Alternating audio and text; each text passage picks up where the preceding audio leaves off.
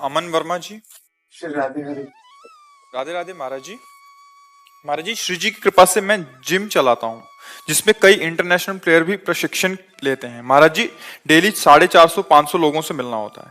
महाराज जी, जब से मैंने आपकी शरण में आया हूँ, मैंने अंडा नॉन वेज का सेवन बंद कर दिया है। लेकिन जब क्लाइंट को डाइट बनाकर देनी होती है तो वो कई नॉन वेज की डिमांड करते हैं। क्या उनको डाइट बनाकर देना भी पाप है? मैंने जब अनुभव किया है कि जब से मैं नॉन वेज बंद किया है, मेरा उसमें कोई भी रिजल्ट एक जैसा ही आ रहा है। मतलब मेरे को वैसा ही लग रहा है जैसा नहीं, आप ये बच्चा अच्छे से समझो कि अंडा और मांस मछली आदि में जिनको ये भ्रम है कि इसमें शारीरिक शक्ति बढ़ती है, तो शारीरिक शक्ति का प्रधान कारण होता है मन का प्रसन्न रहना। आपका अगर मन प्रसन्न है ना, आह्लादित है ना, तो आप हर कष्ट सह सकते हैं, आप हर जगह विजय प्राप्त कर सकते हैं। ये आसुरी भोजन, मांस मछली अंडा खाने से कोई शरीर का बलवान थोड़ा सा तुम्हें मोटा दिखाई दे सकता है, लेकिन वो आत्मबलहीन होगा। और बल होता है आत्मबल। शरीर बल ज्यादा काम नहीं करता है, आत्मबल काम करता है। देखो, पूर्व के ऋषि मुनि थे, हड्डी हड्डी शरीर में थी, और जहां खड़े हो जाते तो बड़े बड़े चक्रवर्ती सम्राट कांपते थे, क्योंकि आत्मबल संपन्न थे। और सबसे बढ़िया बात तुम्हें बताएं, तुम जो नमक रोटी खाओगे और ब्रह्मचर्य वीर की रक्षा करोगे, उससे बढ़कर कोई बल नहीं होता। ब्रह्मचर्य सबसे बड़ा महाबल होता है। अगर तुम मांस मछली खा रहे हो, ब्रह्मचर्य छीन कर रहे हो, थोड़ा तुम पाउडर वाउडर खा के वो को जो ये मांस कितने दिन चलेगा बच्चा शरीर? रोग तो आएंगे ही ना, मृत्यु तो आएगी ही ना, तो ये पापाचरण से फायदा क्या होगा? तो हम तो पहले तो तुम्हें धन्यवाद देते हैं कि आपने हमारी बात मानकर ये गंदे आहार त्यागे। और ये बना के बिल्कुल देने की जरूरत नहीं है ऐसा कि आप इतने, हाँ, अच्छे जो स्वास्थ्यवर्धक और भी बहुत सी खान पान सामग्री है उनका प्रयोग कर लीजिए। दूसरे जीवों का मांस खाना, ये राक्षस, अगर राक्षस है तो हम कुछ कह नहीं सकते, बकाया मनुष्य के लिए तो ऐसा नहीं है। या तो हिंसक क्रूर कर्मा जीव वो होते हैं जैसे सिंह आदि, उनका आहार ही है मांस खाना, या राक्षस आसुरी राक्षस। अब हमें तो नहीं लगता कि मनुष्य के लिए भगवान ने मांस बनाया है, ऐसा नहीं है। अच्छा, सोचो सोचो, वो जीव जीना चाहता है।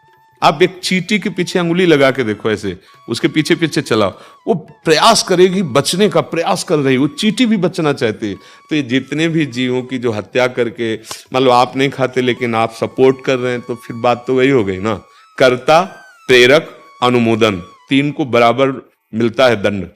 तो मुझे लगता है कि अगर आप इस पर और सुधार कर दें तो आपके संग से सैकड़ों नौजवान सुधर जाएं। हाँ बिल्कुल, इसमें कोई ताकत नहीं है।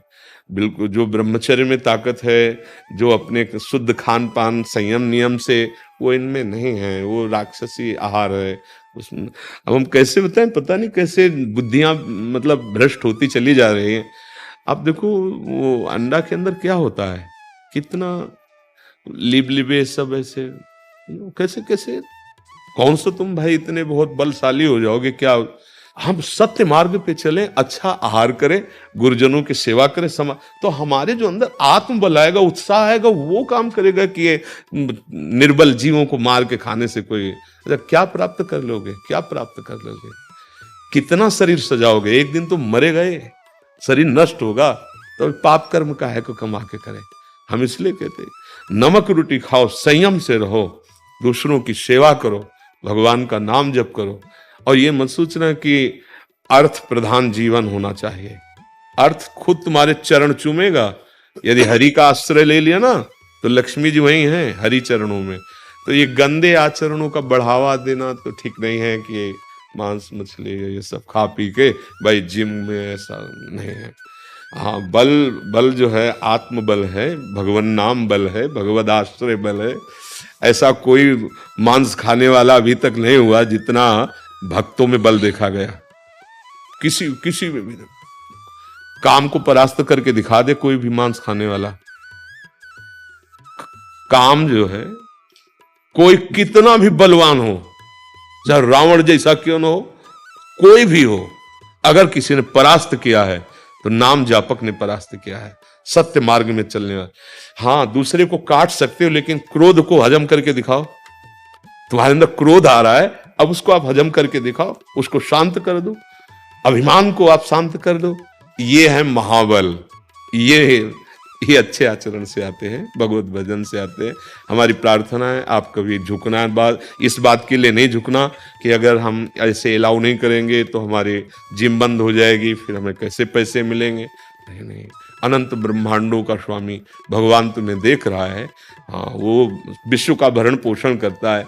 सत्य में चलने पे थोड़ा समय ऐसा लगेगा कि मैं दुखी हो रहा हूं, मैं परास्त हो रहा हूं, पर आगे क्रॉस करके जाइए, परमानंद है, आगे महासुख है। हाँ, देखो भगवान के भजन करने वाले एक से एक राजा महाराजा भी हुए हैं, चक्रवर्ती सम्राट भी हुए हैं। ऐसा कोई न सोचे कि भगवान का भजन करने वाला गरीब होता है। अधर्माचरण करे सोई धन प्राप्त होते, ऐसा अधर्माचरण करने वाला 4 दिन का धनी दिखाई देगा, पर वो फ्यूज हो जाएगा। जैसे हाइड्रोजन है ना, अपनी ताकत से ज्यादा तो जानो फ्यूज होना चाहता है, वो फ्यूज हो जाएगा। अधर्माचरण करने वाला कभी सुखी नहीं होता है, पक्का। आखिरकार लौट के तुम्हें आना तो पड़ेगा भगवान की शरण में ही। कितने दिन तुम्हारा शरीर तुम्हारा साथ देगा, कितने दिन तुम जवान रहोगे, कितने दिन तुम यश कीर्ति के लिए लड़ोगे। मृत्यु तो तुम्हारा इंतजार करे, उसको कोई बहादुर परास्त करता है, भगवान का भजन करने वाला नहीं। ऐसा कोई पैदा मृत्यु को परास्त करके दिखावे। सत्य मार्ग में चलना है। हमें इतना ही केवल समय नहीं मिला है कि जो 50, 60, 70, 80 वर्ष मिले इसमें पापाचरण करके हम अपनी दुर्गति कर लें। नहीं, हमें इस समय को भगवान में जोड़ना है, सार्थक करना है। इसलिए घबराना नहीं, पैसा प्रदान मत रखना। हाँ, हिम्मत। हमें बहुत अच्छा लगता है जब कोई नवीन अवस्था के जन असताचरण छोड़ करके सद्भाव में चल रहे, क्योंकि आज हमारा जो समाज है वो धीरे धीरे असताचरणों को ही सुख मानने लगा है। अब देखो कहीं भी मित्र मंडली बैठे तो यही सब गंदे खान पान होते नहीं होते। पहले जो एक चला था पवित्र व्यवहार के पैर धो करके पट्टे पे बैठाल के सात्विक भोजन पर, अब तो उसका उपहास कर दिया जाएगा अगर ये सब गंदी गंदी बातें खान पान में ना हो। हम चाहते हैं हमारी नवीन पीढ़ी भारत की जो इस समय है वो अच्छे आचरणों में आए, जिससे हमारा देश का स्वरूप जो पूर्व से रहा है, ये धर्म गुरु देश है भारत। भगवान की विभिन्न अवतार ऐसी पावन, देखो ना जगह जगह कितने, यहाँ कितनी सुंदर सुंदर पुरियां हैं, द्वारिकापुरी, काशीपुरी, अयोध्या, मथुरा, वृंदावन, कितने परम पावन धाम। और ऐसे देश में पैदा होकर राक्षसी भोजन, राक्षसी आहार विहार, वो उन लोगों के आचरण नहीं धारण। अच्छा, वो लोग हमारे आचरण धारण कर रहे हैं, धोती कुर्ता पहन रहे, तिलक लगा रहे, चोटी रख रहे, कीर्तन कर रहे हैं, और हम विपरीत दिशा में जा रहे हैं। इसलिए सर